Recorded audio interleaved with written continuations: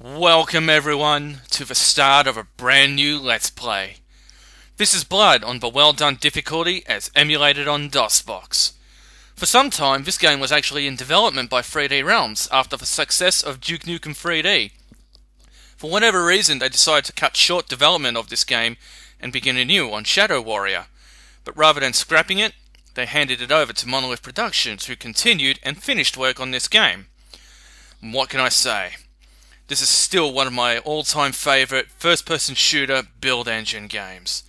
The humour is dark, the levels to this day still look and feel amazing to me, the gore is still as relishing as ever, and the story, to me personally, inspires the whole game to feel like an adventurous journey. The references to poets and horror stories and movies of old are just a nice touch of icing on this delicious and gory cake.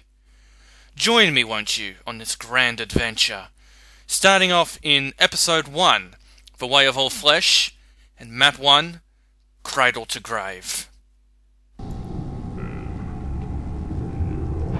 Welcome, my servants, my slaves.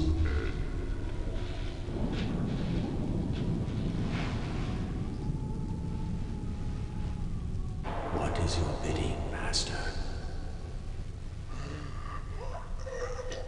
You have failed me. I disavow you all. What the? What?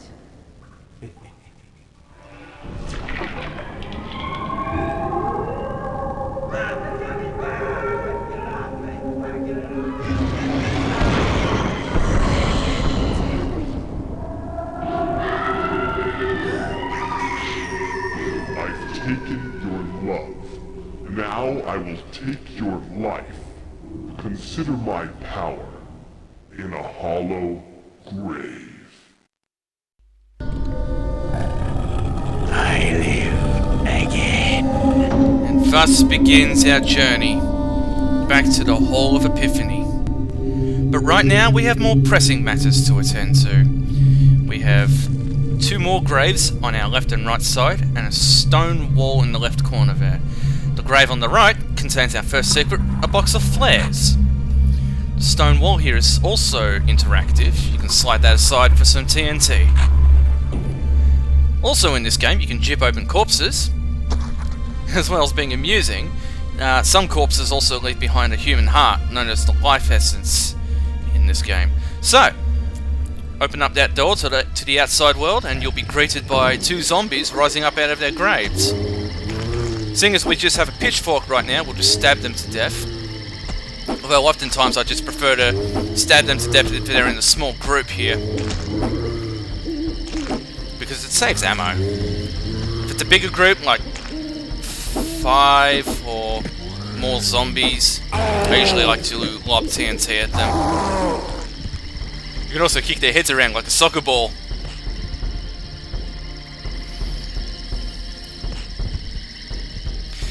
Now, our third secret is this bush here. If you look to the right, it's more richly coloured green. You can pull that down for a secret and 2 references in one, as well as a body armour. The grave of Eric Draven, who was played by the late Brandon Lee in The Crow. Also, it's an Edgar Allan Poe reference to The Crow. Nevermore. Yes, that's what the crow would cry out. Or the raven, sorry. Anyway, coming down these steps leads to the gates to a cemetery outside the funeral home. We also get our second enemy on our enemy roster, the cultist. One of many followers of Chernobog. I want to see if he'll... No, he's not going to... Sometimes you can get him to throw TNT at the gates and he'll blow himself up in the process. This is our first weapon to acquire, the flare gun. We're not going to use it right away though. But if you walk forward, you can trigger some zombies to come up out of their grave. As well as a cultist if you wander too far ahead.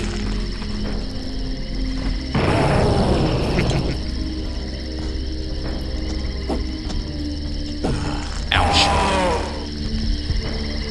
Oh, at least there's another health essence there. So that cultist dropped a skeleton key. We can also get secret number 4. If you jump up on this grave, you can jump up onto this above ground grave up there. And it gives you guns akimbo. We don't really need them at the moment though. It just gives you a 30-second power up that lets you dual wield certain weapons. I think it's more of a multiplayer item. They just probably didn't tag it for multiplayer only. Who knows? Anyway, down behind the graves we can pick up 2 more TNT bundles, and this is the entrance to the Morningside Cemetery. You can also go in through the window if you like. Just run along that fence and smash it, so you can catch the cultists from behind. I'll show you what I mean soon, but I'm not going to take that entrance. I'm going to go in the formal way. Open for business. Zombies will be alerted to your presence, and the doors will slam shut behind you. But yeah, you can just open them back up. It's a very basic trap, not much to it. What the... There you are. He didn't wake up. So once you make it past the lobby, the funeral room is just up ahead, and I'm just going to take it one cultist at a time. Especially with the hit detection of this flare gun.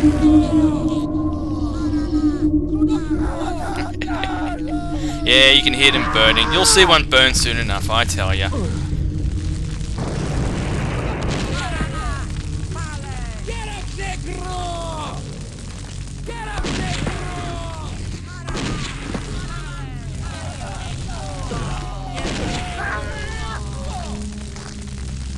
There he is. Oops. Oh crap.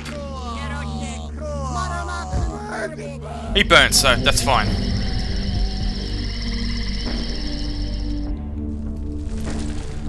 Well, at least one of them dropped another life essence for me, so that's okay. Now, our 5th secret. I don't know what that is. It looks like something you'd prop up a coffin on, but I don't know. But I do know that when you run over one of these pews, it'll slide it open, revealing some rats as well as a box of flares.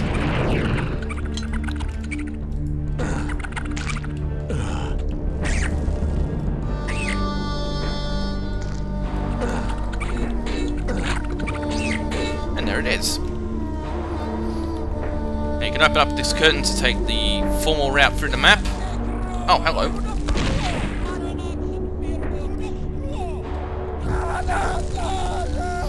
There you go, you got a nice up-close burning there. Anyway, yeah, you can either go up this way through the formal route, or if you want to go a little bit differently, you can jump up here and smash that window in. But we'll get to more on that room later on. So playing this organ will reveal some beast vision, so you can pick that up, basically. It's like Duke Nukem's night vision goggles, so it lights up monsters in the dark, but I never use it. So, coming up through these steps, through this hallway, zombies will chase up after you. Assuming they wake up. Seems like if you run fast enough, they don't.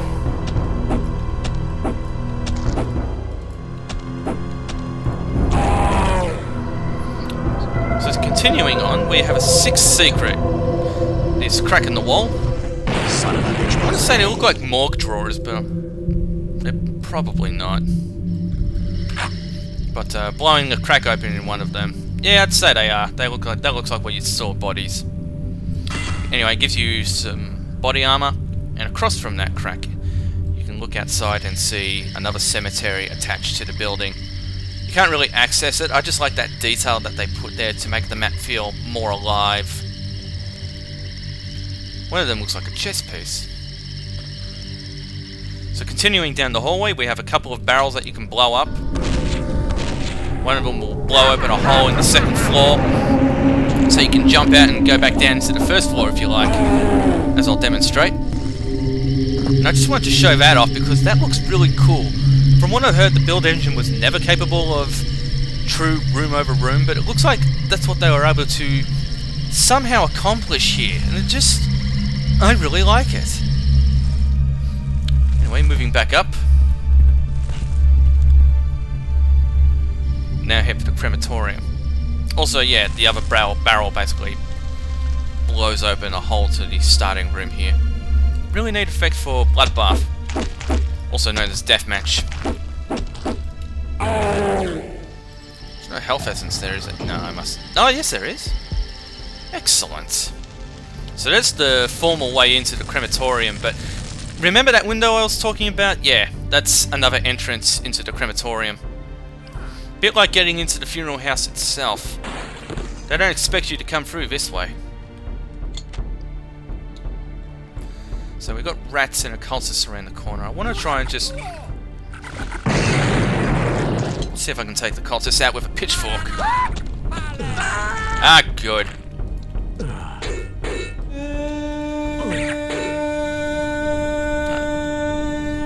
Behind these barrels is Doctor's bag. So I think I'll go ahead and apply that since I'm so damn low on health. And we have a couple of secrets in here, but we can't access that one at the moment because I don't believe I've picked up the fire shield yet. I might just go do that real quick. But before you go jumping in there, make sure you throw some TNT in there to take out the rats so they don't go nipping you. So going back in there now. Jump through the crematorium. Get yourself a life seed. And then pull on this saw blade for another secret. Behind these shelves there's some more flares. Plenty of interactivity in here too. Well, a little bit, but I like it. We get a reference to Macbeth. Out, damn spot. Must have a lot of blood on his hands at the moment. And, well, after a long nap like that, you need a good, healthy dose of blood, don't you? Mmm, delicious. I love that sound he makes after he swallows all that blood. And there's the autopsy bench. So we're done with this area pretty much. Just open up the dagger door here and wake up the zombie, but I'm not going to kill him. I want to make sure he stays alive momentarily. Oops. What I want to do is do a sneak attack on some cultists outside. There we go. At least one of them died. I can just go ahead and pitchfork the other one.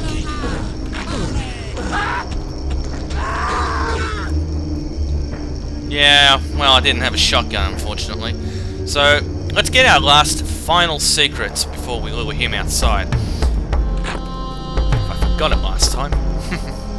But, we also have a super secret. There's a sort of... I forget what they call it. I want to say, like, walk-through wall sort of secret. So, that's why I want the zombie out here, so I can jump on his head and reach it. Trouble is, he has a little bit of trouble being convinced to walk through this hole in the wall. Ah, there we go. We got him. It's pretty much across from the exit. There we go. So now we can kill him, hit the exit switch, and move on to the wrong side of the tracks. Excellent. I'll see you guys then. Talk to you then.